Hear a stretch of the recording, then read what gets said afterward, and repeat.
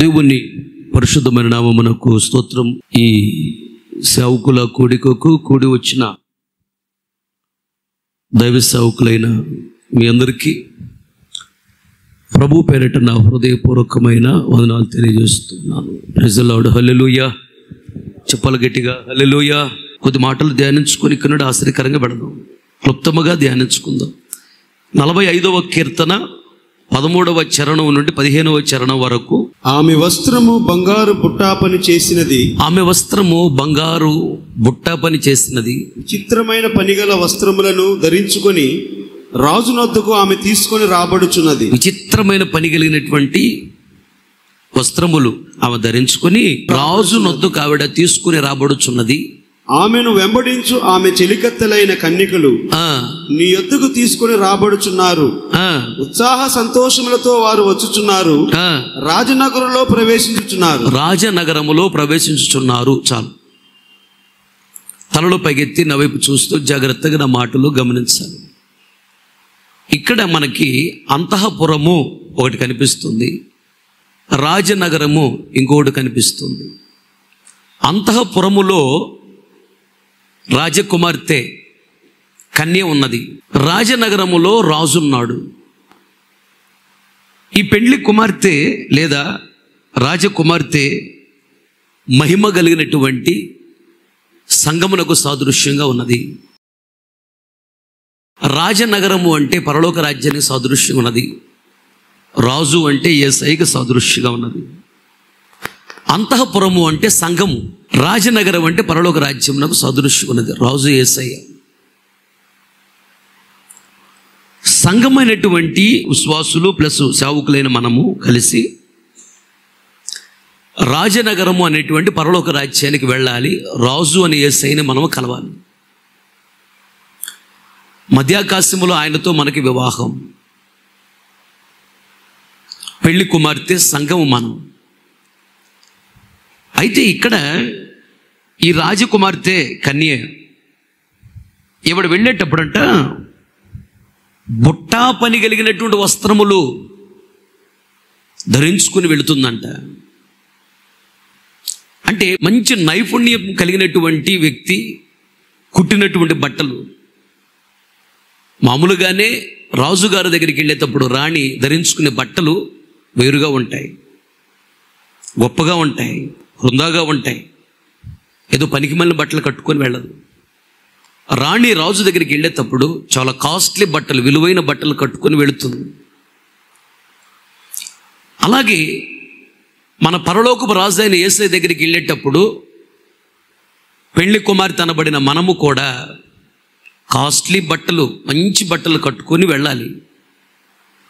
బుట్టా పని అంటే రకరకాల రంగులు కలిగినటువంటి వస్త్రాలంట. అలాగే మంచి నైపుణ్యం, ఎంబ్రాయిడింగ్ అంటారు ఇంగ్లీష్లో. మంచి నైపుణ్యం, మంచి నైపుణ్యం కలిగినటువంటి వ్యక్తి కుట్టినటువంటి బట్టలు అంట, విలువైన బట్టలు. అలాంటి వస్త్రములు కట్టుకొని కన్య పెళ్లి కుమార్తె అంతఃపురమును విడిచిపెట్టి, మందిరాన్ని విడిచిపెట్టి రాజనగరం అనే పరలోక రాజ్యానికి వెళుతున్నది అంటాడు. వస్త్రముల గురించి చెప్తూ ఉన్నాడు అక్కడ.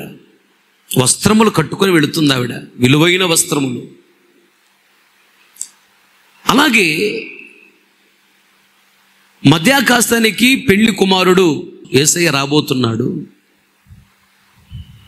పెళ్లి కుమార్తె సంఘముగా మనము సిద్ధపడుతున్నాము. మంచి బట్టలు కట్టుకొని మనం వెళ్ళాలి. వస్త్రములు అనగానే ఈ వస్త్రములు కాదు దాని అర్థం. వస్త్రములు అనగా స్వభావము అని అర్థం. ఎవరైనా కల్లో నల్లని వస్త్రములతో కనిపించారంటే అపవిత్రమైన స్వభావంతో ఉన్నారని అర్థం.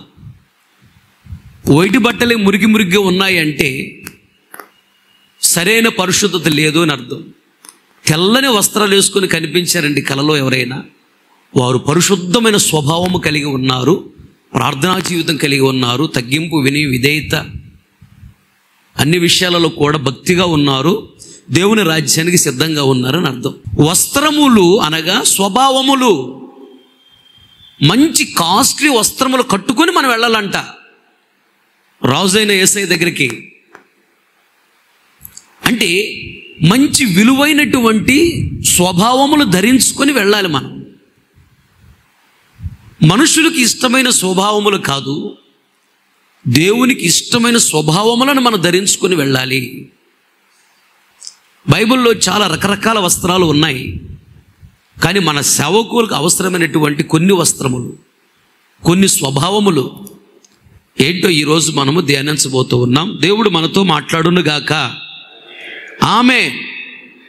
ఆదికాండం 35వ అధ్యాయము 1వ వచనం నుంచి 3వ వచనం వరకు. దేవుడు యాకోబుతో నీవు లేచి బేతేలునకు వెళ్ళి అక్కడ నివసించి నీ సహోదరుడైన ఏశావు ఎదుటి నుండి నీవు పారిపోయినప్పుడు నీకు కనబడిన దేవునికి అక్కడ బలిపీఠమున కట్టుమని చెప్పగా, యాకోబు తన ఇంటి వారితోనూ తన యొద్దనున్న వారందరితోనూ మీ యొద్దనున్న అన్య దేవతలను పారవేసి మిమ్ముని మీరు శుచిపరచుకొని మీ వస్త్రములను మార్చుకొనుడి.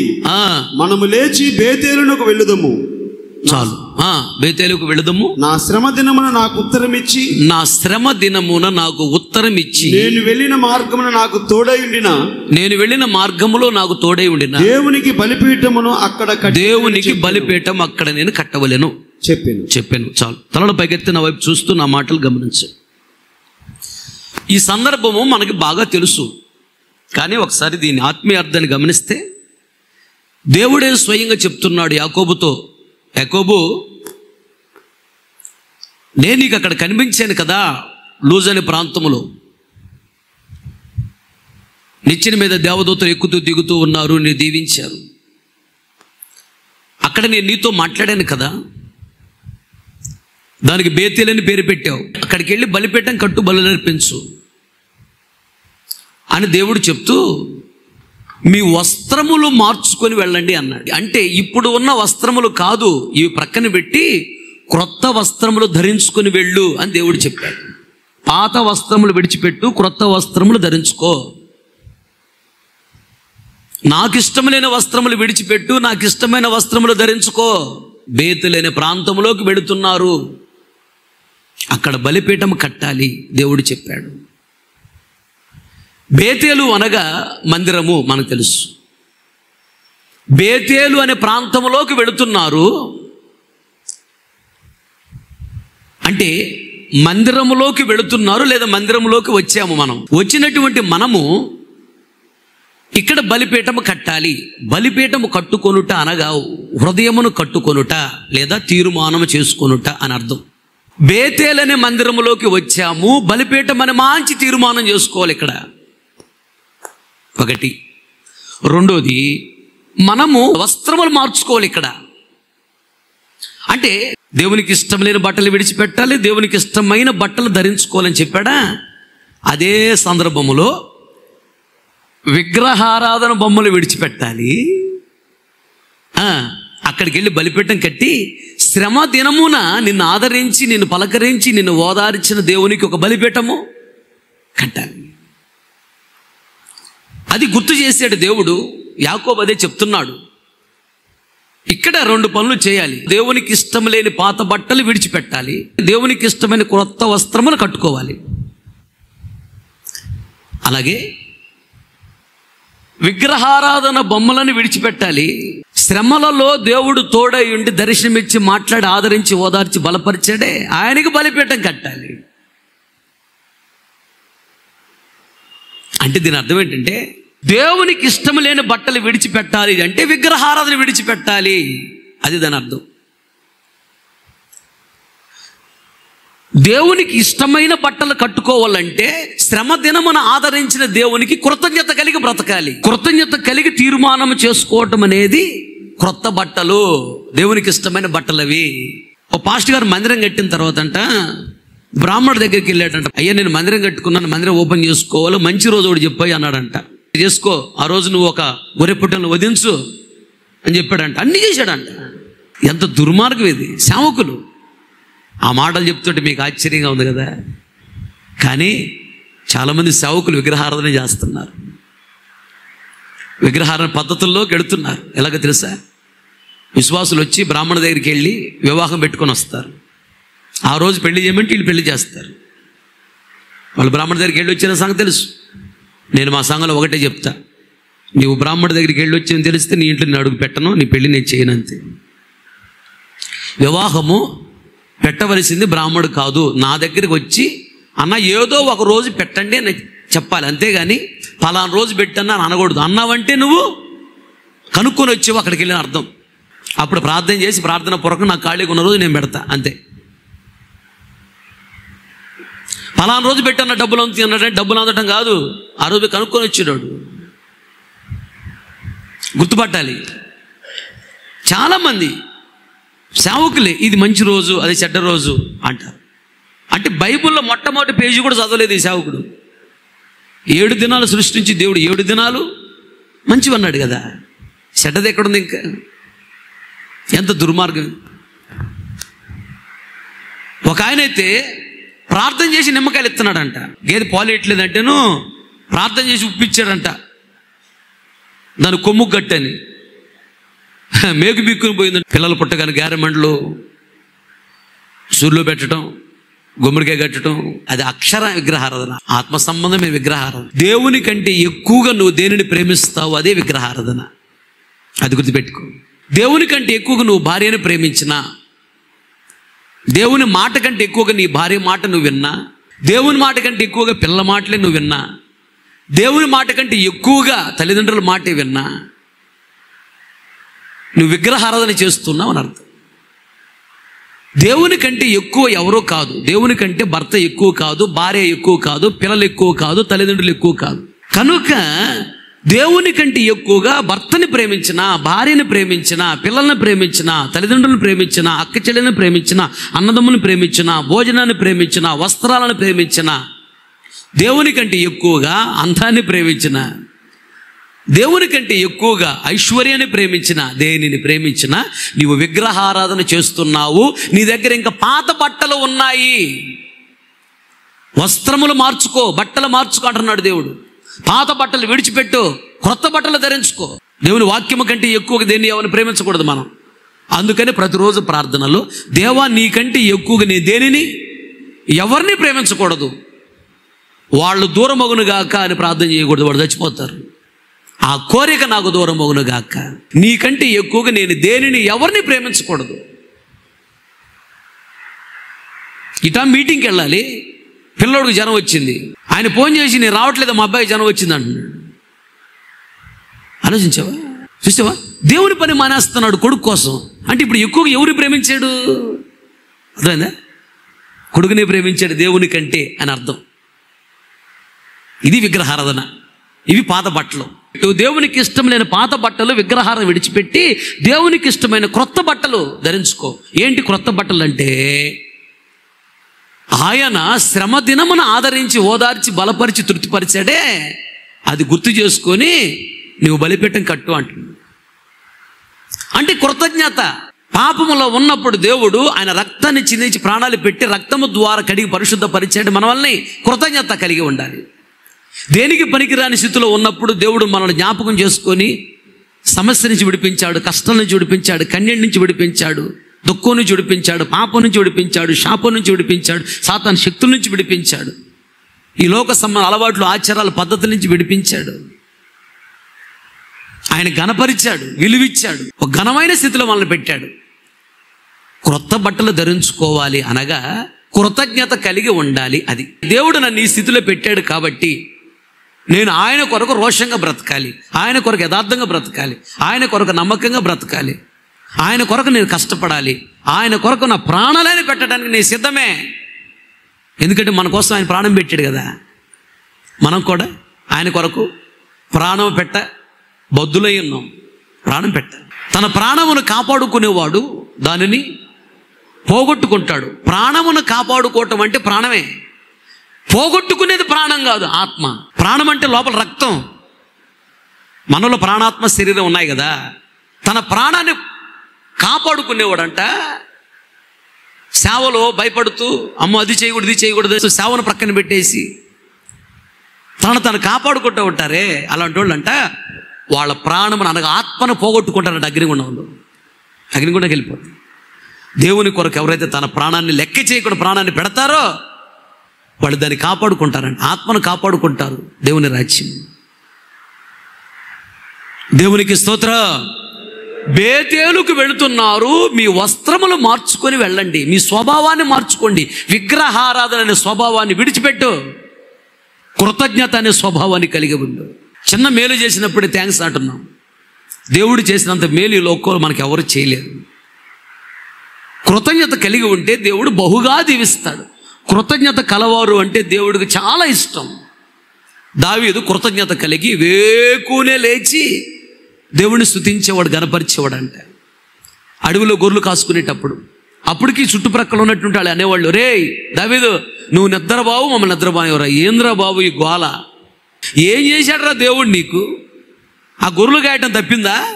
నువ్వేనా పెద్ద హీరో అయిపోయావా? నువ్వు పెద్ద గొప్పడు అయిపోయావా?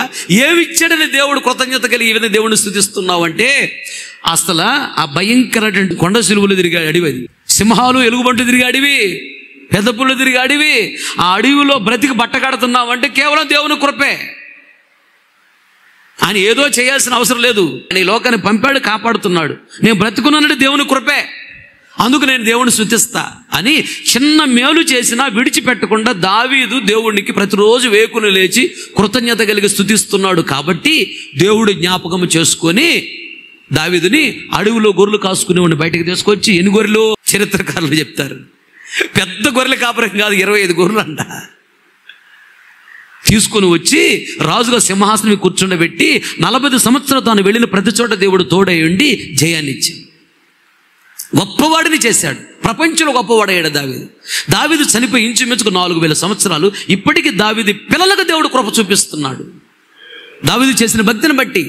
కారణము దావీదుకున్న మంచి గుణలక్షణములలో ఒకటి మెయిన్ కృతజ్ఞత కలవాడు. దేవుడు చేసిన మేలులు మర్చిపోడు. కన్నీళ్లతో, వేదనతో, దుఃఖముతో నన్ను ఎందుకు ప్రభు ఎంత ఉన్నతమైన స్థితిలో ఉంచావు, నేను ఏ పాటి వాడునయ్యా అని భయంకరంగా ఏడ్చి ఏడ్చి దేవుడిని స్తుతిస్తాడు. నీ కొరకు ప్రాణమని పెడతాను, నేను ఎంత కష్టమని నీ కొరకు నేను పడతాను, ఎంత శ్రమని నీ కొరకు నేను అనుభవిస్తాను, ఎంత నిందని నీ కొరకు నేను అనుభవిస్తాను. కృతజ్ఞత కలవాడు దావీదు. కృతజ్ఞత అనే వస్త్రం ఉన్నది దావీదు దగ్గర. ఆ విగ్రహాల పేరులో నాకు కనీసం నా నోటికి రానివ్వని అంటాడు దావీదు ఓ సందర్భంలో. ఆ పేరులే నేను ఎత్తనంటాను నా నోటితో. అంటే విగ్రహారాధన పాత వస్త్రాలు విడిచిపెట్టాడు దావీదు. కృతజ్ఞత అనే క్రొత్త వస్త్రాన్ని ధరించుకున్నాడు దావీదు. ప్రపంచంలో గొప్పవాడు కావడానికి కారణం అది కృతజ్ఞత. ప్రతిరోజు ఉదయాన్నే లేచి కృతజ్ఞత కలిగి నేను 1 గంట సేపు దేవుడిని స్తుతిస్తా ఏక మనసుతో, ఇంకెక్కడికి మనసు వెళ్ళదంతే. నోట్లోంచి వస్తున్న మాట మీదే మనసు పెట్టి కృతజ్ఞత కలిగి దేవుడిని 1 గంట సేపు స్తుతిస్తా. నా సేవలో సీక్రెట్ అది. దావీదుని చూసి నేను నేర్చుకున్నాను. ఇశ్రాయేలు చేయి స్తోత్రముల మీద యెహోవా ఆసీనుడు. 1 గంట సేపు దేవుడిని స్తుతించు, దేవుడు వచ్చి దర్శనం నీతో మాట్లాడకపోతే అప్పుడను. ప్రతిరోజు ప్రభు నాతో మాట్లాడతాడు. కారణం 1 గంట సేపు దేవుడిని స్తుతిస్తా, వెంటనే ఒక విజన్ కలిగింది, దర్శనం. ఇది సీక్రెట్.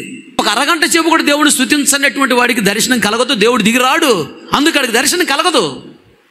ఇశ్రాయేలు చేయి స్తోత్రముల మీద యెహోవా ఆసీనుడు. నీవు స్తోత్రాలు చెల్లిస్తే 1 గంట సేపు దేవుడు వచ్చి కూర్చుంటాడు, సింహాసనం మీద ఉండలేడు ఆయన. నీకు వెంటనే ఆయన వచ్చాడు అంటే 2 విషయాలు చెప్తాడు. ఒకటి జరగబోయే మేలేంటి చెప్తాడు, జరగబోయే కీడేంటి కూడా చెప్తాడు. 2 చెప్తాడు ఆయన. కీడు రాబోతుంది కాపాడుకో అంటాడు, ఇదిగో మేలు వస్తుంది ఇలా దీవించబోతున్నాను నిన్ను సరి చేసుకో అంటాడు. అది ఒక వస్త్రం. వస్త్రములు మార్చుకోవాలి. బేతేలు మందిరానికి వచ్చాం మనం. ఆ 2వ చదవండి. నిర్గమాకాండము 28వ అధ్యాయం 2వ వచనం. అతనికి అలంకారమును ఘనతయు కలుగునట్లు నీ సహోదరుడైన అహరోనుకు ప్రతిష్ఠిత వస్త్రములను కుట్టవలెను. ప్రతిష్ఠిత వస్త్రములను కుట్టవలెను. చాలు. తలలో పైకెత్తిన వైపు చూస్తూ జాగ్రత్తగా నా మాటలు గమనించాను. దైవజనుడు మోషే గారితో దేవుడు మాట్లాడుతూ, నీ సహోదరుడు లేదా మీ అన్న అయినటువంటి అహరోనుకి తన కుమారులకు వస్త్రములు కుట్టించు, వాళ్ళు ప్రత్యక్ష గుడారములో సేవ చేయాలి. సేవ చేయాలి అంటే వాళ్ళకి సపరేట్ వస్త్రాలు ఉండాలి.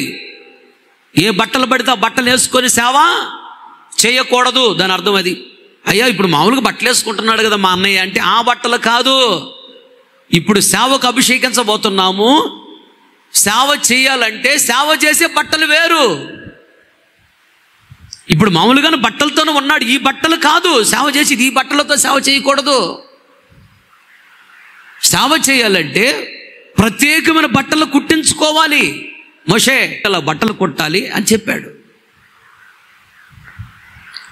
ఇవి ఏ బట్టలంట?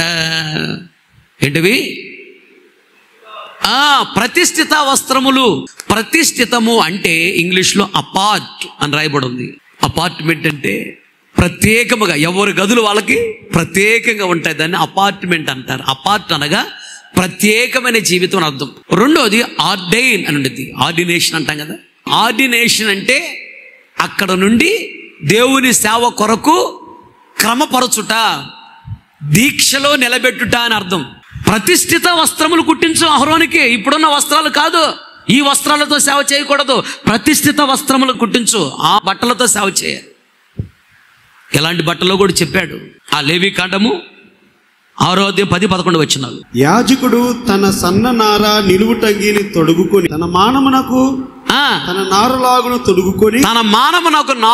తొడుక్కొని బలిపీఠం మీద అగ్ని దహించు దహన బలి ద్రవ్యపు బూడిదని ఎత్తి బలిపీఠం వద్ద దానిని పోసి తన వస్త్రములను తీసి వేరు వస్త్రములు ధరించుకొని పాలెము వెలుపలనున్న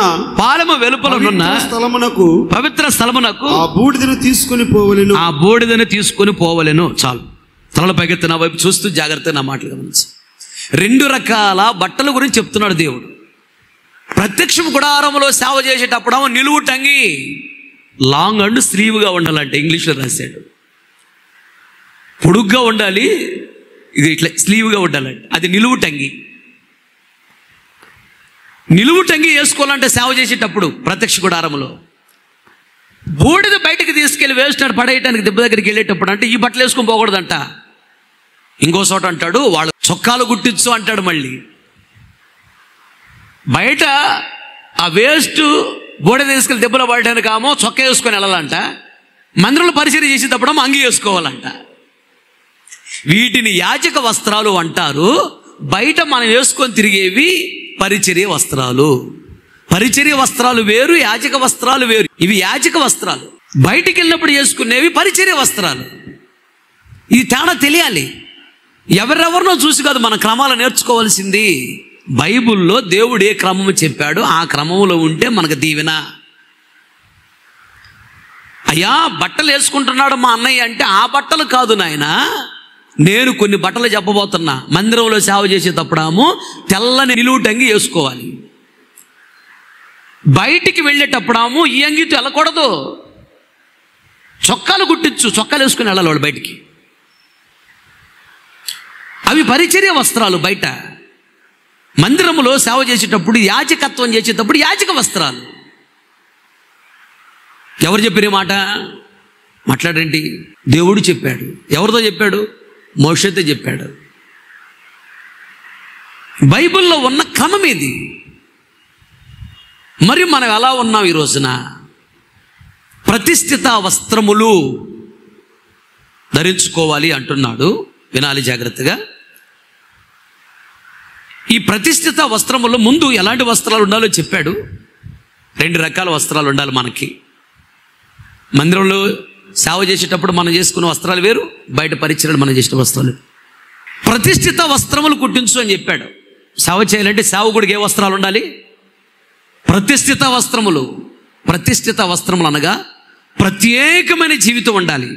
హెబ్రీ రాసిన పత్రిక 7:26 వచనం, పవిత్రుడును నిర్దోషియు నిష్కల్మషుడును అదుగో ఇలాంటి స్వభావం ఉన్నటువంటి దేవుడు అంట పాపులలో చేరక ప్రత్యేకముగా ఉన్నవాడు. అదుగో ప్రత్యేకముగా ఉన్నవాడు, ఆకాశ మండలము కంటే మిక్కిలి హెచ్చైన వాడునైనా ఇట్టి ప్రధాన యాజకుడు మనకు సరిపోయిన వాడు. చాలు.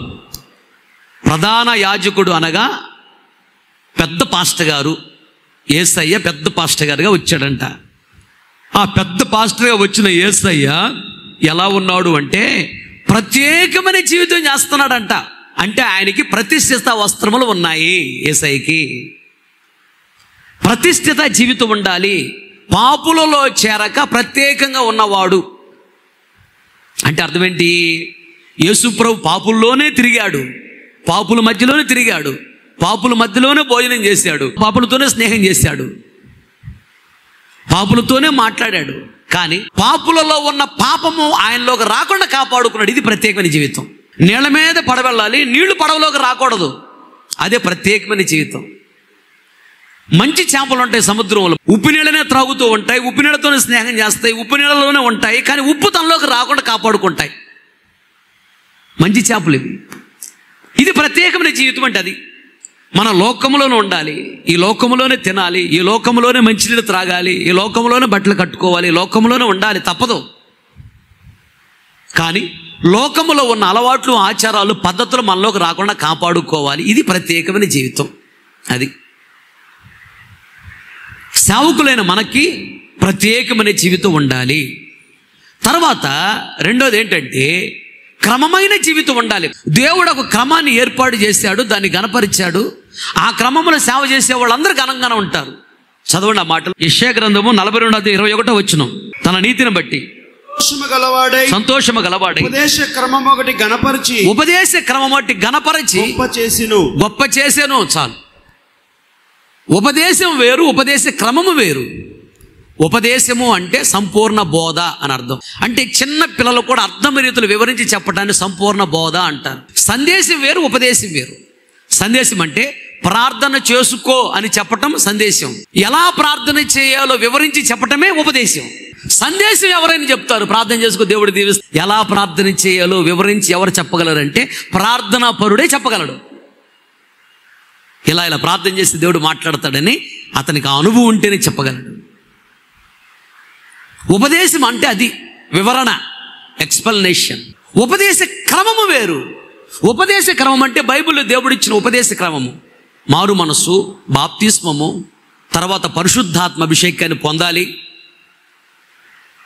ఈ లోకములో మూర్ఖులేని తరం వారికి వేరై రక్షణ పొందాలి, వేరవ్వాలి. మనం సంపూర్ణ సిద్ధి కొరకు ప్రయాసపడాలి. ఇది ఉపదేశ క్రమము. యేసు ప్రభు కలిగిన సమానత్వానికి, పరిపూర్ణతకు మనం ఎదగాలి. ఇది ఉపదేశ క్రమం. చాలామంది దినాలలో మనసు మార్చుకుంటున్నారు, బాప్తిసం తీసుకుంటున్నారు. మూడో మెట్టు పరిశుద్ధాత్మ అభిషేకం గురించి ఆలోచించట్లా. నువ్వు పరిశుద్ధాత్మ అభిషేకం గురించి ఆలోచించట్లేదు అంటే ఉపదేశ క్రమంలో లేవు. పరిశుద్ధాత్మ అభిషేకాన్ని పొందాలి. దురాత్మని జయించాలంటే ఆత్మ కావాలి, పరిశుద్ధాత్మ కావాలి. పరిశుద్ధాత్మ అభిషేకం లేకపోతే మన సొంతగా మనం జయించలేము. మన జ్ఞానము చాలదు, మన శక్తి చాలదు, మన యొక్క బలము చాలదు సాతాను జయించాలంటే. దేవుని శక్తి కావాలి, పరిశుద్ధాత్మ అభిషేకం పొందాలి. ఇది క్రమము. పరిశుద్ధాత్మ అభిషేకం లేకుండానే సేవ చేస్తూ ఉన్నారు చాలామంది. మందిరాలు కడుతున్నారు, సంఘాలు కడుతున్నారు. వీళ్ళు సాతాన్ని జయించలేరు, పాపాన్ని జయించలేరు, లోకాన్ని జయించలేరు, శరీర కోరికలు జయించలేరు, పరిశుద్ధంగా బ్రతకలేరు, దేవుని రాజ్యంలో ప్రవేశించటం కష్టం, వెళ్ళలేరు. వీళ్ళు సంఘానికి పరలోరాజ్యానికి ఏం తీసుకెళ్తారు? ఆలోచించాం. ఇది ఉపదేశ క్రమము. ఈ క్రమంలోకి రావాలి. అంత్య దినాలలో మనుషులందరి మీద నా ఆత్మను కుమ్మరిస్తున్నాడు. 100 మంది పైన వచ్చేవాడు సేవకులు. పరిశుద్ధాత్మ అభిషేకాన్ని పొందాలని ఎప్పుడైతే చెప్పాను 50 మంది తగ్గిపోయారు. తర్వాత చదువుకోండి అపోస్తుల కార్యం 2వ అధ్యాయంలో చదివితే ఈ వరుసలు ఇవన్నీ ఉంటాయి. అక్కడ అపోస్తుల బోధ ఎందును, రొట్టె విరుచుడు ఎందును, సహవాసం ఎందును, ప్రార్థన చేయటం ఎందును ఎడతెగక ఉండాలి. ఇది క్రమము. విశ్వాసులకే కాదు, సేవకులు కానీ మనకు కూడా. అపోస్తుల బోధలో అనగా దేవుని చేత పిలువబడి దేవుని చేత పంపబడిన సేవకుని యొక్క బోధ వినాలి. దేవుడు పిలిచాడంటే అభిషేకం ఇస్తాడు. పంపించేటప్పుడు సేవకు అభిషేకం ఇచ్చి పంపిస్తాడు. క్లియర్గా లూకా సువార్త 24వ అధ్యాయంలో అంటాడు, మీరు పట్టణం నుంచి వెళ్ళక పైనుండి శక్తి వచ్చేంత వరకు పట్టణంలోనే నిలిచి ఉండుడి అంటాడు. పరిశుద్ధాత్మ అభిషేకాన్ని పొందుకున్న తర్వాత వెళ్ళండి అని చెప్పాడు. మార్కు సువార్త 16వ అధ్యాయం 16వ వచనం ఏమంటాడు? సర్వలోకానికి వెళ్ళి సర్వ సృష్టికి సువార్తను ప్రకటించండి, నమ్మి బాప్తిసం పొందిన రక్షించబడుతుంది, నమ్మని వానికి శిక్ష విధించబడుతుంది అన్నాడు. వెళ్ళమన్నాడు. సర్వలోకానికి వెళ్ళి సర్వ సృష్టి సువార్త ప్రకటించమన్నాడు. లూకా సువార్త లాస్ట్లో అంటాడు, పరిశుద్ధాత్మ అభిషేకం పొందేంత వరకు వెళ్ళొద్దు అంటాడు. అభిషేకం ముందుకుని వెళ్ళని అంటాడు. మనుషులందరి మీద ఆత్మను కుమ్మరిస్తానన్నాడు. దేవుడు సేవకు పిలిచాడా, నిన్ను పంపించేటప్పుడు అభిషేకం ఇచ్చి పంపిస్తాడు. సాతాను శక్తుల మీద అధికారం అది. సాతాను శక్తులను పడగొట్టే కృప, బలము, శక్తి ఇస్తాడు. అభిషేకం పొందుకొని రోజు నువ్వు నిజంగా ఆత్మలు ఆనందిస్తూ సేవ చేస్తే నీ సేవ చాలా ఘనంగా ఉండిద్ది, గొప్పగానే ఉండిద్ది. రోజు ఆత్మలు ఆనందించాలి. ప్రతిరోజు నువ్వు ప్రార్థనలో మోకరించినప్పుడు తప్పనిసరిగా ప్రతిరోజు ఆత్మలు ఆనందించాలి. అంతేకాదు ఎప్పుడు నేను కదిలించిన ఆత్మలు రగలాలి. అంతే. డ్రమ్ము కొడితే అప్పుడు అంటాం కాదు. ఎప్పుడు కదిలిస్తే అప్పుడు డ్రమ్ముతో పని లేదు, కంజరతో పని లేదు, తబలాతో పని లేదు, కీబోర్డుతో పని లేదు. ఇప్పుడు ఆత్మలో నేను ఆనందించాలని అనుకుంటే చాలు, దిగిరావాలి అభిషేకం. అంతే. ఎనీ టైం ఆత్మలో ఉండాలి. నీ సేవ చాలా ఘనంగా ఉండిద్ది, చాలా గొప్పగా ఉండిద్ది. అడుగుపెట్టి ప్రతి చోట అద్భుతాలు జరుగుతాయి, ఆశ్చర్యకాలు జరుగుతాయి, ఆత్మకార్యాలు జరుగుతాయి. సాతాను శక్తి నీ ముందు నిలబడలేక పారిపోతాయి. చాలా మంది అభిషేకాన్ని పొందుకుని కూడా వాడుకోరు. అభిషేక విలువ తెలియక. వాడుకుంటే కదా. భోజనం వండుకున్నావు బాగానే, తింటే కదా బలం వచ్చేది.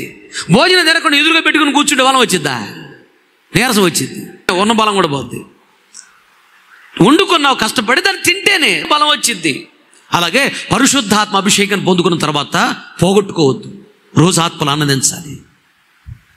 ఆత్మలు ఆనందిస్తూ ఉంటే దేవుడు తన శక్తి చేత నింపుతూ ఉంటాడు. సాతాను మనల్ని జయించలేడు, మనల్ని ఓడించలేడు, మనల్ని పడగొట్టలేడు.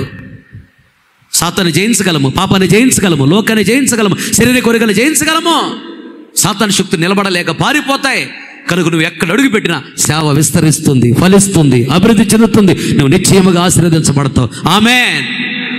సేవ ప్రారంభములో అల్పముగా ఉన్నా నీ ముగింపు ఆడ మహిమకరంగా ఉంటుంది. దేవునికి స్తోత్రం. తప్పలు గట్టిగా హల్లెలూయా. క్రమములో చేయాలి సేవ. దేవుడు ఒక ఉపదేశ క్రమం ఒకటి గణపరిచి, ఉపదేశ క్రమం ఒకటి ఏర్పాటు చేశాడు దేవుడు. బైబిల్లో క్రమం ఒకటి ఉంది సేవకి. దానిని గణపరిచి గొప్ప చేశాడు. ఈ క్రమంలో ఉన్న వాళ్ళు గణపరచబడతారు, గొప్ప చేయబడతారు. మారుమనసు పొందాలి, బాప్తీసం తీసుకోవాలి, పరిశుద్ధాత్మ పొందుకోవాలి. వేరే వాళ్ళ లోకానికి, లోక అలవాట్లు, ఆచార పద్ధతులకు వేరే బ్రతకాలి. మనము సంపూర్ణ సిద్ధి కొరకు ప్రయాసపడాలి. దేవునికి కలిగిన సంపూర్ణ స్థితికి, ప్రేమలో, పరిశుద్ధతలో, విశ్వాసంలో, విధేయతలో సంపూర్ణ స్థితికి ఎదగాలి మనం. ఇది బైబిల్లో దేవుడు పెట్టిన క్రమము. ప్రతిష్ఠిత వస్త్రములు కావాలి సేవకులైన మనకి. ఒకటి ఏం చెప్పాను? ప్రత్యేకమైన జీవితం. రెండోది ఇప్పుడే చెప్పాను, ఏంటిది? క్రమమైన జీవితం. మూడోది ఏంటంట? పరిశుద్ధమైన జీవితం. దేవునికి స్తోత్రం. హల్లెలూయా. ప్రతి విషయంలో కూడా, చూపులో కానీ, మాటల్లో కానీ, ఆలోచనలో కానీ, ప్రవర్తనలో కానీ, క్రియల్లో కానీ, నడకలో కానీ, నడవడికలో కానీ, ప్రతి విషయంలో, కూర్చునే విషయంలో, నడిచే విషయంలో, మాట్లాడే విషయంలో, పడుకునే విషయంలో, అన్నిటిలో పరిశుద్ధత. పరిశుద్ధత లేనివాడు ప్రభువుని చూడలేడు. పరిశుద్ధత లేనివాడు పరలోక రాజ్యానికి వెళ్ళలేడు. పరిశుద్ధత అనేది చాలా ప్రాముఖ్యమైనది. పరలోక రాజ్యానికి వెళ్ళటానికి యోగ్యత పరిశుద్ధత. కనుక ప్రతిరోజు ప్రార్థనలో దేవుణ్ణి బ్రతిమలాడుకోవాలి. నీలాంటి పరిశుద్ధమైన జీవితం నాకు ఇవ్వు ప్రభువా, నీలాంటి ప్రత్యేకమైన జీవితం నాకు ఇవ్వు ప్రభువా, నీలాంటి క్రమమైన జీవితం నాకు ఇవ్వు ప్రభువా. సేవలో నీలాంటి క్రమంలో నేను సేవ చేయాలి, నీలాంటి పరిశుద్ధమైన జీవితం నాకు ఇవ్వు. అవే ప్రతిష్ఠితమైన వస్త్రాలు. దేవునికి స్తోత్రం. హల్లెలూయా. నీ పరిశుద్ధమైన జీవితమే నిన్ను హెచ్చిస్తుంది. యోసేపు పరిశుద్ధుడు, ఐగుప్తు దేశానికి అధికారి. దానియేలు పరిశుద్ధుడు, బబులోను దేశానికి అధికారి. దావీదు పరిశుద్ధంగా బ్రతికాడు.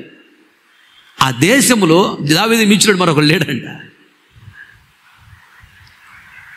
పరిశుద్ధత. నీ పరిశుద్ధత నిన్ను హెచ్చిస్తుంది, నిన్ను గణపరుస్తుంది. నీవు పరిశుద్ధంగా బ్రతికే వ్యక్తివైతే ఈరోజు ఏమీ లేని స్థితిలో ఉన్నా దేవుడు అంచెలంచెలుగా ఆశీర్వదిస్తాడు. పరిశుద్ధులను దేవుడు విడిచిపెట్టడు. పరిశుద్ధులు కుళ్ళు పట్టనివాడు. పరిశుద్ధులను దేవుడు పాడైపోనివాడు. గొప్పగా దీవిస్తాడు. పరిశుద్ధులంటే దేవుడు చాలా ఇష్టం. నీలాంటి పరిశుద్ధమైన జీవితం నాకు ప్రార్థన చేసుకొని పరిశుద్ధమైన జీవితం చేయాలి. ఆమేన్. అందుకని అంటాడు లేవికాండం 11:44 నేను పరిశుద్ధుడను కనుక మీరును పరిశుద్ధులై ఉండునట్లు మిమ్మల్ని మీరు పరిశుద్ధపరచుకోండి అంటాడు. తర్వాత ఇంకొక మాట చదువుకుందాం. ఆదికాండం 27:27 అతడు దగ్గరకు వచ్చి అతన్ని ముద్దు పెట్టుకొనెను. అప్పుడు అతడు అతని వస్త్రములను వాసన చూచి అతని దీవించి ఇట్లనెను, ఇదిగో నా కుమారుని సువాసన యెహోవా దీవించిన చేని సువాసన వలె ఉన్నది. ఆకాశపు మంచును, భూసారమును, విస్తారమైన ధాన్యమును, ద్రాక్షరసమును దేవుడు నీకు అనుగ్రహించును గాక. చాలు.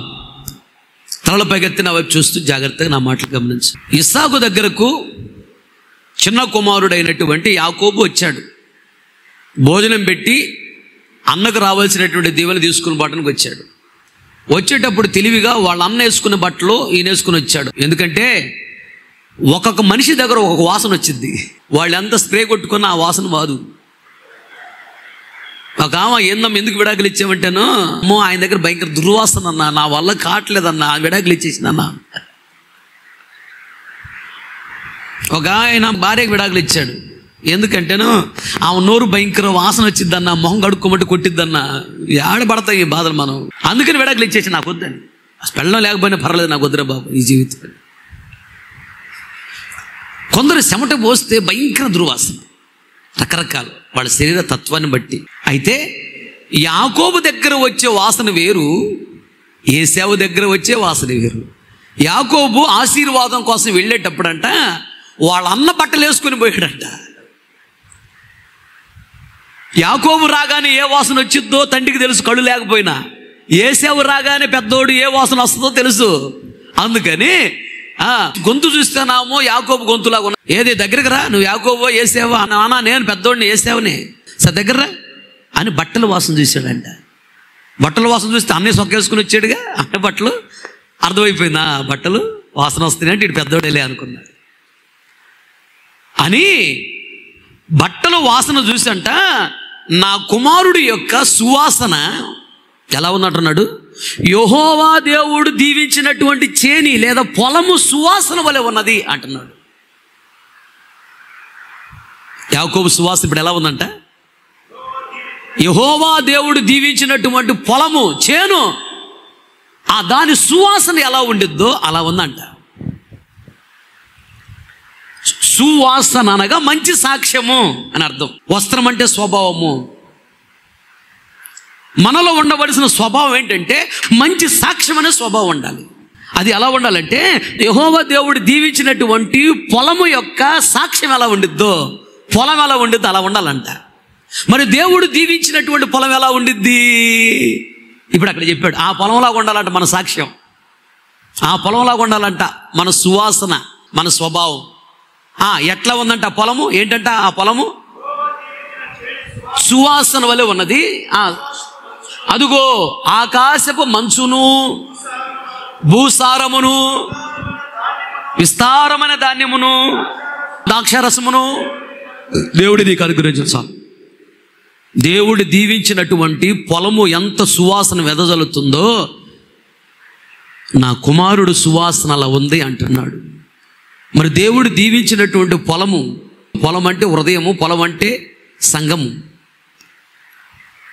దేవుడు దీవించినటువంటి సంఘము లేదా దేవుడు దీవించినటువంటి ఒక వ్యక్తిని, ఒక జీవితము ఎలా ఉంటుందంటే దేవుడు దీవించిన పొలము సువాసన కూడా ఉందంట, మంచి సాక్ష్యం కలిగి ఉంటుందంట. ఎందుకంటే దానికి ఆకాశపు మంచు దిగుతుందట దాని మీద. ఆమేన్, హల్లెలూయా. దేవుడు దీవించినటువంటి పొలము సువాసనలాగా మన సువాసన ఉండాలి. దేవుడు దీవించినటువంటి పొలము సాక్ష్యములాగా మన సాక్ష్యం ఉండాలంటే ఆ పొలం మీదకి వచ్చి మంచు మన మీదకి రావాలి. మంచి సాక్ష్యం మనకు రావాలంటే, మంచి సాక్ష్యమైన స్వభావం మనం కలిగి ఉండాలంటే మంచు మన మీదకి రావాలి. ఏంటి మంచు? ద్వితీయోపదేశకాండం 32:2 ఉండే, నా ఉపదేశము వానవలెను, అదుగో నా వాక్యము మంచు వలెను. చాలు. ఆ పొలములాగా మంచి సాక్ష్యం మనకు రావాలి అంటే, సువాసన రావాలంటే మంచు అనే వాక్యము మన మీదకి రావాలి. అంటే సేవకులైన మన దగ్గరికి ప్రకటన రావాలి. రేపు ఆదివారం నేను ఏం చెప్పాలి ప్రభు అని వాక్యం అని ప్రార్థనలో పోరాడాలి. ఏది పడితే అది చెప్పటం కాదు ఆదివారం వాక్యం. పేతురు నీ బండ మీద నేను ఏం కడతాడంట, సంఘాన్ని కడతా అన్నాడు. చాలా మందికి తెలియక దీని అర్థము బండ అంటే క్రీస్తు అని చెప్తారు. క్రీస్తు కాదు ఇక్కడ అర్థం. బండ అంటే ప్రకటన, రెవల్యూషన్. పేతురు నేను నీకు ప్రకటనలు ఇస్తాను, ఆ ప్రకటన మీద సంఘాన్ని కడతా.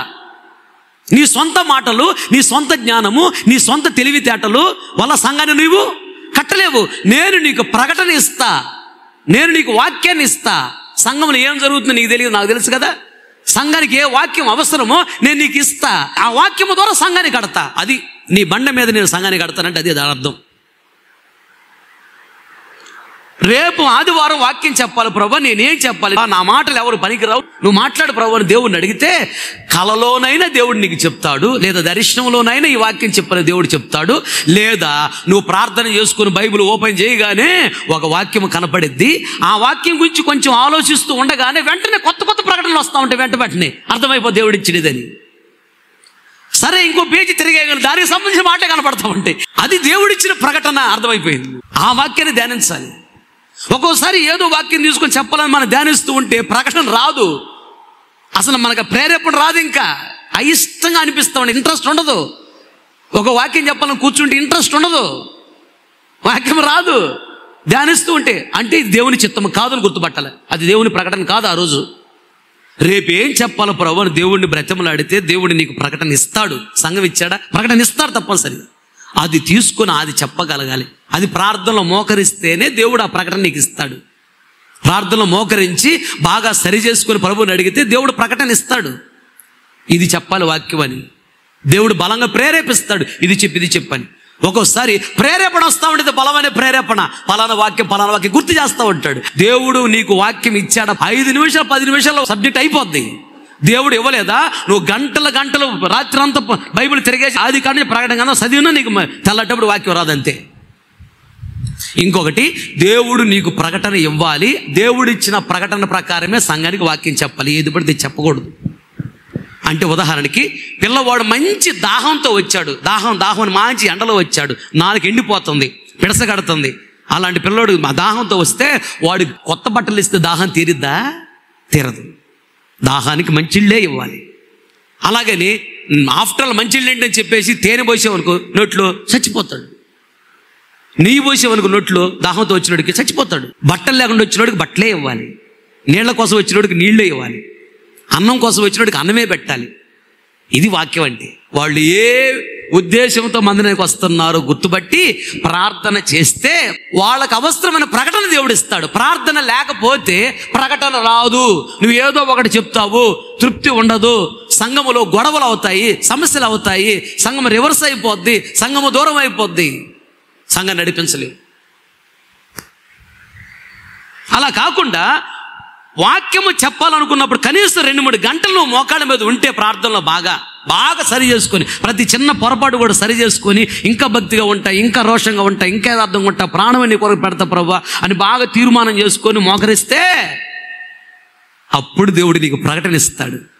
ఆ ప్రకటన ధ్యానించి నువ్వు వాక్యం చెప్తే అందరూ ఆదరించబడతారు, అందరూ ఓదార్చబడతారు, అందరూ బలపరచబడతారు, అందరూ తృప్తిపరచబడతారు, అందరూ సేద తీర్చబడతారు. సంఘము దినదినం అభివృద్ధి చెందింది, సంఘం దీవించబడింది. వాక్యము ఎవరి యొద్దకు వచ్చును వారే దైవములు అని రాయబడి ఉంది. అంటే దేవుడు ఎట్లా అవుతారు? వాక్యము మన దగ్గరికి వస్తే యేసు ప్రభు దేవుడు కాబట్టి ఆయనకి కలిగిన పరిపూర్ణత మనలోకి వస్తుంది. ఒకరోజు మనమే ఆయనలాగా ఉంటాం, ఆయన మనలాగా ఉంటాడు. అది దైవములు అంటే. అబ్రహాము దగ్గరికి వాక్యం వచ్చిందంట, వాక్యానికి లోబడ్డాడు, ప్రపంచంలో గొప్పడయ్యాడు. వాక్యము రావాలి మన దగ్గరికి, దేవుడు మాట్లాడాలి మనతో. కొందరితో దేవుడు అసలు మాట్లాడు, కలలో కానీ దర్శనంలో కానీ, బైబిల్ చదువుతున్న మాట్లాడు.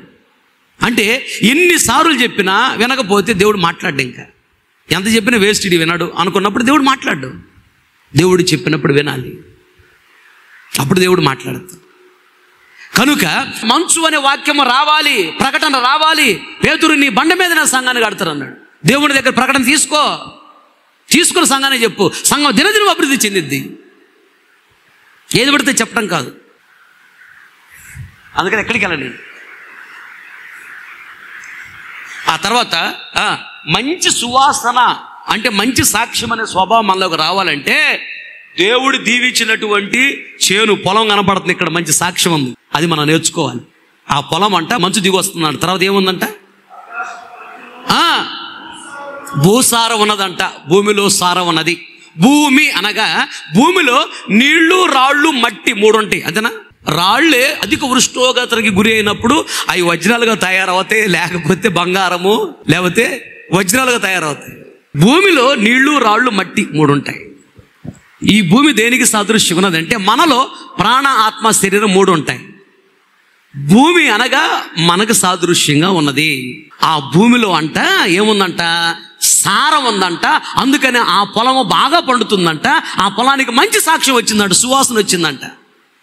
భూసారం అనగా పరిశుద్ధాత్మ అభిషేకమునకు సాదృశ్యముగా ఉన్నది. దేవునికి స్తోత్రం.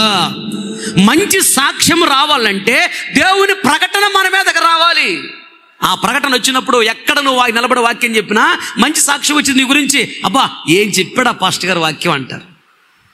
ఎక్కడికి వెళ్ళినా నువ్వు వాక్యం చెప్పావంటే అక్కడ నీకు మంచి సాక్ష్యం రావాలి. అందరూ ఆదరించబడాలి, ఓదార్చబడాలి, బలపరచబడాలి, తృప్తిపరచబడాలి. అంటే నీ దగ్గరికి వాక్యం రావాలి దేవుని దగ్గర నుంచి. ఒకరోజు ఒక ప్రాంతానికి వాక్యం చేయడానికి వెళ్ళా. నేను చాలా సందర్భాల్లో ఆడికి ఒక వాక్యం చూసుకుని వెళ్తా. అక్కడికి వెళ్ళి నేను మోకరించి ప్రార్థన చేసుకుంటా ఉంటే సడన్గా ఒక విజన్, ఈ సంఘంలో జరిగేది ఇదని దేవుడు చూపిస్తాడు నాకు. అప్పుడు వెంటనే ఈరోజు నేను చూసుకున్న వాక్యం ఇక్కడ కరెక్ట్ కాదు, అక్కడ వెంటనే సబ్జెక్టు మార్చుకున్న రోజులు ఉన్నాయి. అప్పుడప్పుడు వెంటనే మళ్ళీ సబ్జెక్ట్ని మార్చేసి గబగబ తీసుకొని 4 రిఫరెన్స్ రాసుకొని ఎక్కడుందని రాసుకొని చెప్పేసిన రోజులు ఉన్నాయి. చెప్తే అబ్బా ఈరోజు మా సంఘానికి అవసరం కరెక్ట్గా మాట్లాడారన్నా అంటారు. అది దేవుడు ఇచ్చిన ప్రకటన. అది భూసారం అని పరిశుద్ధాత్మ అభిషేకాన్ని పొందుకుని ఆత్మలు ఆనందించాలి. మనసు అనే దేవుని ప్రకటన నీ దగ్గరకు రావాలి. మనసుని వాక్యానుసార జీవితం మనలో ఉండాలి. ఆ తర్వాత పొలం ఎలా ఉందంట, మంచు ఉన్నది, ఆ పొలానికి భూసారం ఉన్నది. నెక్స్ట్ ఆ పొలం ఎలా ఉందంట, అబ్బా విస్తారమైన ధాన్యం. కొట్టుగట్టిగా సపట్లో ఇది మంచి సాక్ష్యం రావడానికి కారణము చూడు, విస్తారమైన ధాన్యం అంట. అంటే విస్తారమైన దీవెన ఈ పొలానికి,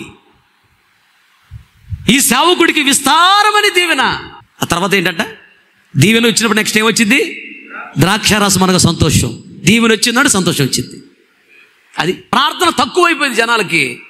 యూట్యూబ్లో చూసుకోవటం, ఎత్తుక్కోవటం, ఇదేదో బాగుందని కాసేపు వింటాం, ఏర్పడిచి పెట్టుకుని వాక్యం కాసేపు రాసుకోవటం, పడుకోవటం, అంతే. సరే తప్పు లేదు, పరిశుద్ధుల ప్రకటన తీసుకోవటం తప్పు లేదు. ఇప్పుడు అపోస్తలుడు పౌలు గారు చెప్పిన ప్రసంగాలు మనం వింటలేదా, అదే కదా.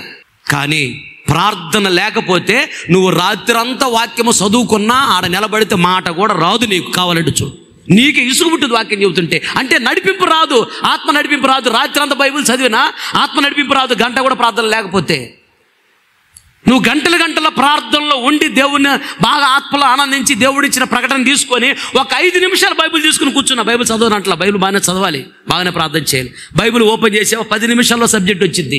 ఇలాంటి సబ్జెక్టు నువ్వు ఎక్కడికి వెళ్ళా బలంగా వాడబడిద్ది. అలాంటి సబ్జెక్టు ఇప్పుడు నేను బయట చెప్పే సబ్జెక్టు అయ్యే బాగా గంటల గంట ప్రార్థనలో ఉండి ఏం చెప్పాలి ప్రభు అన్నప్పుడు దేవుడు ఇచ్చిన సబ్జెక్టు జస్ట్ 5 నిమిషాలు వచ్చేది సబ్జెక్టు. అది తీసుకున్న తర్వాత దేవుడు ఇచ్చిన ప్రకటన కదా, ఎక్కడికి వెళ్ళి హైలైట్ అయ్యేది. మీ దగ్గరకు వచ్చే మీ దగ్గరకు వచ్చినప్పుడు సబ్జెక్ట్ చెప్పిన సబ్జెక్టు జస్ట్ 5 నిమిషాలు రాసుకున్న సబ్జెక్ట్ నేను 5 నిమిషాలు.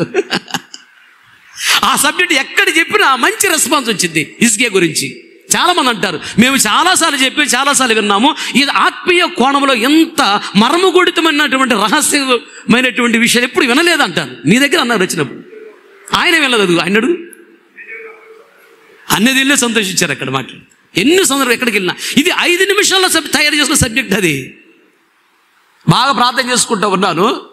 మా బ్రాంచ్లో వాక్యం చెప్పాలి ప్రభు, అక్కడ ఈపూర్లో ఏం చెప్పాలి ప్రభు అని బాగా ప్రార్థన చేసుకుంటున్నప్పుడు సడన్గా ఒక ఆలోచన వచ్చింది, మందిరం గురించి చెప్పు, అక్కడ మందిరానికి రావాలి జనాలని. అప్పుడు మందిరం అని ఎదుగుతూ ఉంటే టక్కున ఇసుకే కనిపించాడు. ఇసుకే ఆ మందిరానికి వెళ్ళినప్పుడు మందిరం ఇసుకే గురించి మాట్లాడదని చూస్తే ఒక సబ్జెక్టు వచ్చేసింది, మంచి సబ్జెక్టు ఇసుకే గురించి.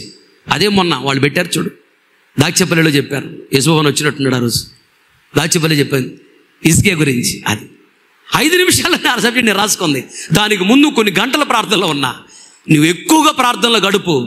ఎక్కువగా ప్రార్థనలో గడిపితే ఏదో సబ్జెక్ట్ చెప్పాలనుకుని రాసుకున్నావా, నీకు దేవుడు ఆ సబ్జెక్ట్ కూడా ప్రక్కన పెట్టి కొత్త సబ్జెక్ట్ ఇస్తాడు, రెవల్యూషన్ ఇస్తాడు, ప్రకటన ఇస్తాడు.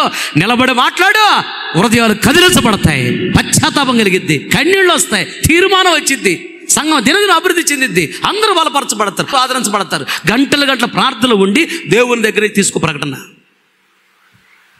ఇది వాక్యం చెప్పే విధానం. అలా అయితే నువ్వు ఎక్కడ ఫెయిల్ అవ్వవు. నా దగ్గర ఎన్నో 100 కొలది ప్రసంగాలు ఉన్నాయి, 1000 కొలది ప్రసంగాలు ఉన్నాయి. ఒక ప్రాంతానికి వస్తున్నానంటే ఏం చెప్పాలో ప్రభు బాగా ప్రార్థన చేసుకుంటాను నేను. ప్రభు ఏదైతే అక్కడ చెప్పమంటాడో అదే చెప్తాను. దేవుడు దీవించిన ఆ సంఘం యొక్క సాక్ష్యంలాగా ఉండాలి మన సాక్ష్యం, మన స్వభావము. ద్రాక్షారసం అంటే సంతోషము. దేవునికి స్తోత్రం. తర్వాత చదువు, కొద్ది మాట చెప్పి నేను ముగిస్తాయి. నెహెమ్యా పుస్తకం 9:21 వచ్చింది. పాతగిలిపోలేదు, వారి వస్త్రములు పాతగిలిపోలేదు, వారి కాళ్ళకు వాపు రాలేదు. చాలు. ఐగుప్తు దేశంలో వేసుకున్న వస్త్రాలంట పాతవి కాలేదంట, కొత్తగానే ఉన్నాయంట. ఎన్ని సంవత్సరాలు? 40 సంవత్సరాలు బట్టలు పాతవి కాలేదా? అసలు ఏంటి ఇది? 40 సంవత్సరాలు కాళ్ళకు వాపు రాలేదంట. 40 సంవత్సరాలు ఎక్కడ మధ్యలో చెప్పులు ఆడ కొనుక్కోలా. చెప్పులు ఆడ దొరికితే ఐగుప్తులు వేసుకున్న చెప్పులు కనానికి వెళ్ళేంత వరకు ఉన్నాయి. 40 సంవత్సరాలు వస్తాయి చెప్పులు. గొప్ప జోక్ ఏంటంటే కాలు విరుగుతుంది, చెప్పు కూడా విరుగుతుంది. దేవునికి స్తోత్రం, హల్లెలూయా. అదే మహిమ. మధ్యలో ఇంక చెప్పులు ఆడ కొనుక్కున్నారు వాళ్ళు. అంతమందికి చెప్పులు ఎడ దొరుకుతాయి వాళ్ళకి? కాలు పెరుగుతుంటే చెప్పులు పెరుగుతున్నాయి, వాళ్ళు బాడీ పెరుగుతుంటే బట్టలు కూడా పెరుగుతున్నాయి. మధ్యలో ఇంక బట్టలు కొనుక్కుంటారు ఎవరున్నాయి? అన్ని లక్షల మందికి బట్టలు ఆడున్నాయి. ఇంకా సంవత్సరంలో బట్టలు చినిగిపోతే ఇంకా బట్టలు ఆడ దొరుకుతాయి వాళ్ళకి? ఇంచుమించు 20 లక్షల మంది పైన ఉన్నారు. అరణ్యంలో బట్టలు ఎక్కడి నుంచి వస్తాయి వాళ్ళకి? 40 సంవత్సరాలు పాతవైపోలేదంట, బట్టలు కొత్తగానే ఉన్నాయంట. ఈ స్వభావం రావాలి. వస్త్రములు పాతవైపోలేదు, కొత్తగానే ఉన్నాయంట 40 సంవత్సరాలు అయినా. దేవుడు కోరుకునేది ఇది, దేవుని స్వభావం ఇది. దేవుడు పాతది ఎప్పుడు ఇష్టపడడు. కొత్తగా చేయటానికి, కొత్తగా సృష్టించడానికి దేవుడు ఇష్టపడతాడు. ఉదాహరణకి దేవుడు ఎన్నో చెట్లు సృష్టించాడు కదా, సేమ్ చెట్టును బట్టి చెట్టు ఉండదు, కాయను బట్టి కాయ ఉండదు. గమనించండి, చెట్టు ఆకులు కలిసిన కాండము కలవదు, కాండము కలిసిన ఆకులు కలవు, ఆకులు కాండము కలిసిన కాయలు కలవు. ఒక కొత్తదనం ఉండదు చూడు ప్రతి చెట్టులో. ప్రతి మనిషికి ముక్కు ఇక్కడే ఉందా? అంతేనా? కళ్ళు ఇక్కడే ఉన్నాయి కదా, చెవులు ఇక్కడే ఉన్నాయి కదా. సేమ్ డిట్టో మనిషిని బట్టి మనిషి. కమల పిల్ల కూడా ఉండరు చూడు, కావాలంటే కొంచెమైనా తేడా ఉండిద్ది. చూసేవా? దేవుడు క్రొత్తగా సృష్టించడానికి ఇష్టపడతాడు కానీ పాతది మరలా చేయటానికి ఇష్టపడడు. అందుకని దేవుడు అన్నాడు, పాతవి గతించెను, సమస్తము క్రొత్తవైన అన్నాడు. దేవుడు పాతదంటే దేవుడికి నచ్చదు. క్రొత్తగా సృష్టించాలి, క్రొత్తగా చేయాలని ఇష్టపడతాడు. క్రొత్తదనాన్ని దేవుడు ఇష్టపడతాడు. అలా కాకుండా సేవకులుగా మనము ఎలా ఉండాలంటే పాత అలవాట్లు, పాత ఆచారాలు, పాత పద్ధతులు, పాత మాటలు మనలోకి రాకుండా ఎప్పుడు క్రొత్తగా ఆలోచించాలి. ఎప్పుడు పాత ప్రసంగాలే కాకుండా క్రొత్తగా ఆలోచించాలి. ఎప్పుడు ప్రసంగానికి మోకరించిన ఒక ప్రార్థన చేసుకో, ప్రభువా కొత్త కోణంలో సంగతి నువ్వు మాట్లాడని అడుగు. ఆ రోజు దేవుడు కొత్త కోణంలో మాట్లాడతాడు. దేవునికి స్తోత్రం, హల్లెలూయా. నువ్వు పాత సబ్జెక్ట్ తీసుకున్నా కొత్తగా మాట్లాడతావు, అక్కడ కొత్త కోణం వచ్చింది. అడుగు దేవుణ్ణి, అంతే. దేవునికి క్రొత్తవి కావాలి, పాతవి దేవుడికి నచ్చవు. మన మనస్సు కూడా అలా ఉండాలి. అంటే క్రొత్త స్వభావం మనలో ఉండాలి, పాత స్వభావం మనలో ఉండకూడదు. ఆమె చెప్పండి అందరూ, ఆమె. పాత స్వభావాలు మనలోకి రాకూడదు. పాత మాటలు, పాత ఆలోచన విధానం, పాత పద్ధతులు, పాత అలవాట్లు, పాతవి మనలో ఉండటం దేవుడికి ఇష్టం లేదు. సేవకులైన మనము క్రొత్తగా ఆలోచించాలి, క్రొత్త కోణంలో మాట్లాడాలి, క్రొత్తగా సంఘాన్ని నడిపించగలగాలి దేవునికి ఇష్టమైన రీతిలో. క్రొత్త అనుభవాల్లోకి వెళ్ళాలి. మనం ఆత్మీయ జీవితంలో ఎదగాలి. ఇంకెప్పుడు అదే కాదు. కొన్ని సంఘాలు ఎలా ఉంటుందంటే 2 సంవత్సరాలు ఒకసారి పెడతారు, 50 ప్రసంగాలు ఉంటాయి. ఇంకా నెక్స్ట్ మళ్ళీ వేరే చోట మారుతారు, మళ్ళీ అయ్యే స్టార్ట్ చేసుకుంటాడు. ఇంకా అంతే. కొత్తగా బైబిల్ చదవడం, కొత్తగా ప్రసంగం తయారు చేయడం ఉండదు. ఈయనకి బైబిల్ నాలెడ్జ్ ఉండదు, ఇంకా బైబిల్ చదవడం. కానీ ఒకే చోట ఒక సేవకుడు ఉన్నాడంటే ఎప్పుడు చెప్పినయే కాకుండా కొత్తగా ఏమైనా చెప్పాలని బైబిల్ బాగా చదువుతాడు. ఇతను బైబిల్ నాలెడ్జ్ వచ్చింది, కొత్త కోణంలో మాట్లాడతాడు, ఇతను ఎదుగుతాడు, సంఘాన్ని ఎదిగిస్తాడు. ఎప్పుడు పాతవే కాదు, కొత్త కోణంలో మాట్లాడాలి. ప్రభువా నేను ఎదగాలి అని దేవుణ్ణి కోరుకోవాలి. మనం కూడా క్రొత్త ఆత్మీయ అనుభవాల్లోకి నడవాలి. ప్రార్థనలో క్రొత్త అనుభవాల్లోకి నడవాలి. మనం ప్రతిదీ కూడా క్రొత్తగా ఆలోచించాలి. దేవుడు కూడా కోరుకునేది అదే.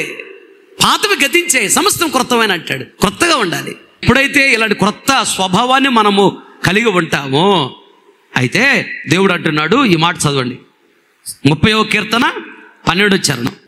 నీవు నా గోనె పట్ట నుంచి విడిపించి సంతోష వస్త్రమును ధరింపజేసి ఉన్నావు. చాలు. ఏ వస్త్రం ఇది? సంతోష వస్త్రము. గోనె పట్ట అంటే ఏంటి? అక్కడే ఉంది. సంతోషానికి ఆపోజిట్టే దుఃఖం నుండి విడిపించి నాకు సంతోషం ఇచ్చావు. దాని అర్థం అది.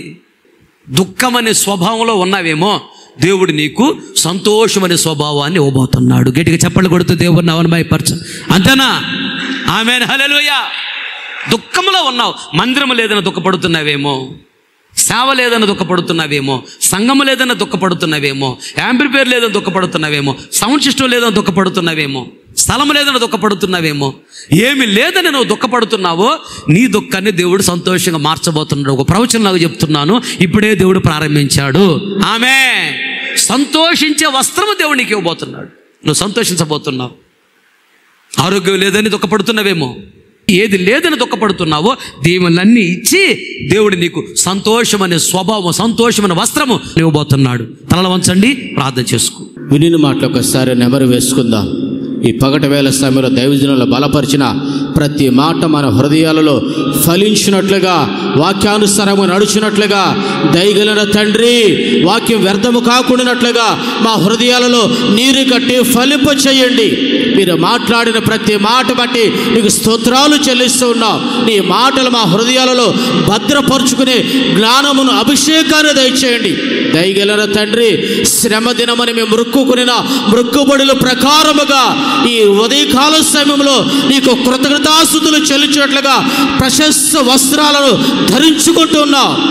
ఏదో ఆపద మొక్కులులాగా కాక, దయగలిగిన తండ్రి మా శ్రమలలో, మా బాధలలో, మా ఇబ్బందులలో మేము మృక్కుబడి ప్రకారముగా నీ పాదాల చెంతకు మరలా వస్తామన్నాం. నూతన వస్త్రాలను ధరింపచేయండి, ప్రత్యేకమైన వస్త్రాలను ధరింపచేయండి. ఆ రోజు మృక్కుబడి చేసుకొని, తీర్మానము చేసుకొని సేవలకు అడుగు పెట్టాము తండ్రి. 40 సంవత్సరాలు అరణ్యములో వాళ్ళు ప్రయాణము చేసిన ఆ వస్త్రాలు పాతగలని రీతిగా మేము సేవలో ప్రారంభించిన ఆ తీర్మానముతో నీ రాకడ వరకు మా ప్రతిష్టతని, మా తీర్మానాలను కాపాడుకుంటూ కృతజ్ఞత వస్త్రాలను ధరప చేశారు. ఆ కృతజ్ఞత వస్త్రాలతో ఈ పరిచర్యలో ముందుకు కొనసాగునట్లుగా సహాయము దయచేయండి. దయగలిగిన దేవా, మా కొరకు బలిగాను అర్పణగాను అర్పించుకున్నారు. మేము పరిమళ సువాసనగా ఉండాలని, నీవు దీవించిన చేని సువాసనగా ఉండాలని, ఇది యెహోవా దీవించిన చేని సువాసనగా ఉండాలని మా కొరకు బలియాగమయ్యారు, అర్పణగా మార్చబడ్డారు. అయ్యా, మీ త్యాగాన్ని, బలియాగాన్ని జ్ఞాపకం చేసుకుంటూ ఆత్రావులలో వెళుతూ నీ బలియాగాన్ని ప్రపంచానికి, నీ త్యాగాన్ని ఈ లోకానికి ప్రతిష్ఠించినట్లుగా మా సంఘాలను ఆశీర్వదించండి, మా సంఘాలను వర్ధిల్లపచేయండి. నీ మంచును సంఘాల మీద కుమ్మరించండి, నీ దీవెన వస్త్రాన్ని సంఘాల మీద కప్పండి. దయగలిగిన తండ్రి, ఈ పగటి వేళ ఎవరైతే నీ పాదాల చెంతకు వచ్చి దుఃఖముతో బాధపడుతూ ఉన్నారో, చేస్తున్న సేవలో అభివృద్ధి లేక, చేస్తున్న పరిచర్యలో సంతోషం లేక కుమిలిపోతూ నీ పాదాల చెంతకు వచ్చారయ్యా. నీ మాటలు విని ఎవరైతే తమను తాము నూతన పరుచుకొని కృతజ్ఞత కలిగి ప్రత్యేకమైన వస్త్రాలను ధరించి ప్రతిష్ఠించుకొని ప్రత్యేకముగా ఈ సమయంలో వినిన వాక్యాన్ని బట్టి నీ పాదాల చెంతకు వస్తున్నారు. దుఃఖ వస్త్రాలను తీసివేయండి, దుఃఖములకు ప్రతిగా సంతోష వస్త్రాలను ధరింప చేసినందుగా నీకు స్తోత్రాలు. దయగలిగిన తండ్రి, ఎవరైతే బాధ నిట్టూర్పులతో పరిచర్యలో కొనసాగుతూ ఉన్నారో వాళ్ళని దర్శించండి, వాళ్ళని కనికరించండి, ఉపదేశ క్రమంలో నిలబెట్టండి. సత్తువ కలిగిన సంఘంలో ఉపదేశ క్రమంలో నిలుస్తూ సహవాసమందరూ, రొట్టె విరిచేందరూ, ప్రార్థనలో ఎడతెగక నిలిచిన వారిని దీవించే దేవుడుగా ఈ సభలు మీరు మాట్లాడిన ప్రతి మాటను బట్టి ప్రతిష్ఠ చేసుకున్నారు.